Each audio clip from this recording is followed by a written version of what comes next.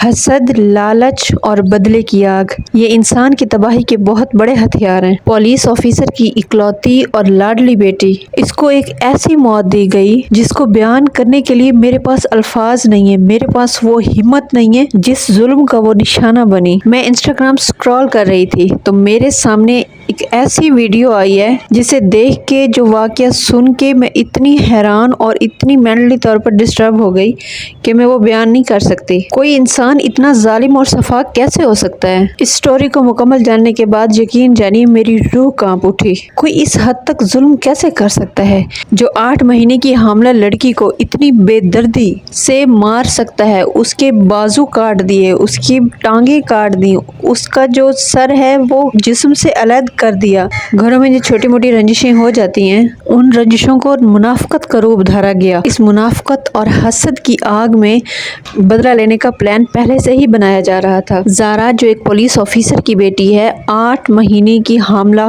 لڑکی، سعودیہ میں اپنے شوہر کے ساتھ رہتی تھی۔ 4 سال پہلے اپنی سگی خالہ کی بہو بن کے آئی تھی۔ بڑی چاہت سے رشتے ہوئے، بڑی چاہت اور مان کے ساتھ بہو بنایا گیا۔ باپ نے بھی اسی بنا پر رخصت کر دیا کہ زارا کی ماں تو اس دنیا میں رہی نہیں، کم از کم آگے جو خالہ ساس ہے اس کو اس کی ماں کا پیار تو دے گی نا۔ شادی ہو گئی، روزگار کی تلاش میں اس کا شوہر بیرون ملک چلا گیا اور تھوڑے ہی عرصے کے بعد اپنی بیوی کو بھی اپنے پاس بلوا لیا۔ اللہ پاک نے 1 سال کے بعد چاند سا بیٹا عطا کیا۔ دونوں میاں بیوی ہنسی خوشی زندگی گزار رہے تھے۔ ٹھیک 2 مہینے پہلے زارا پاکستان واپس لوٹی اور وہ اپنے میکے پہنچی اپنے دوسرے بچے کی ڈیلیوری کے لیے۔ زارا جب اپنے والد کے پاس پاکستان پہنچی تو زارا کے پاس 15,000 ریال تھے اور زارا کے پاس 20 تولے سونا بھی تھا۔ زارا جب اپنے بابا کے گھر رہ رہی تھی تو اس نے اپنی ایک وش کا اظہار کیا کہ میں اپنی خالہ ساس کے گھر جانا چاہتی ہوں، ان سے ملنا چاہتی ہوں، ان کی خدمت کرنا چاہتی ہوں، تو بابا مجھے آپ سسرال چھوڑ آئیں۔ باپ نے سمجھایا کہ بیٹا دیکھو آپ کی حالت ابھی ٹھیک نہیں ہے، تو میں یہ چاہ رہا ہوں کہ آپ ڈیلیوری کے بعد اس گھر میں جائیں تاکہ آپ کو آنے جانے میں کوئی مسئلہ نہ ہو۔ لیکن زارا کا کہنا تھا کہ نہیں بابا، میں اپنے سسرال میں ہی اپنے بچے کو پیدا کروں گی۔ زارا کا مہکا گجرانوالہ میں تھا تو اس کے بابا گجرانوالے سے نکلے زارا کو لے کر اور اس کے سسرال جو کہ ڈسکا میں ہے وہاں پر جانے کے لیے سفر پر روانہ ہو گئے اور پھر اپنی بیٹی کو سسرال چھوڑ دیا۔ زارا کا رشتہ زارا کے والد نے اپنی بیوی کے بھانجے کے ساتھ اس وجہ سے کیا ہوا تھا کہ زارا کی والدہ کے انتقال ہو گیا تھا۔ زارا اپنے بابا کی اکلوتی بیٹی تھی اور زارا کا ایک ہی بھائی ہے۔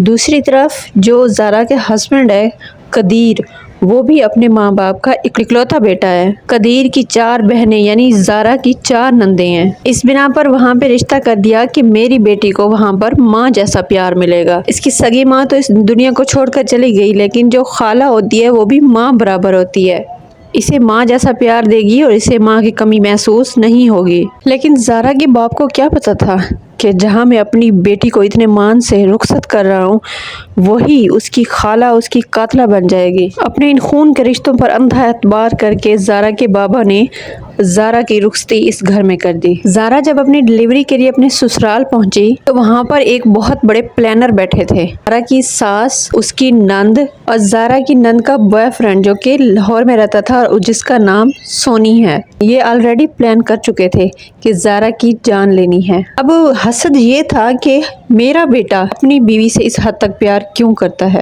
اپنے پاس بلا لیا اور عیش و عشرت سے وہاں رکھا ہوا ہے۔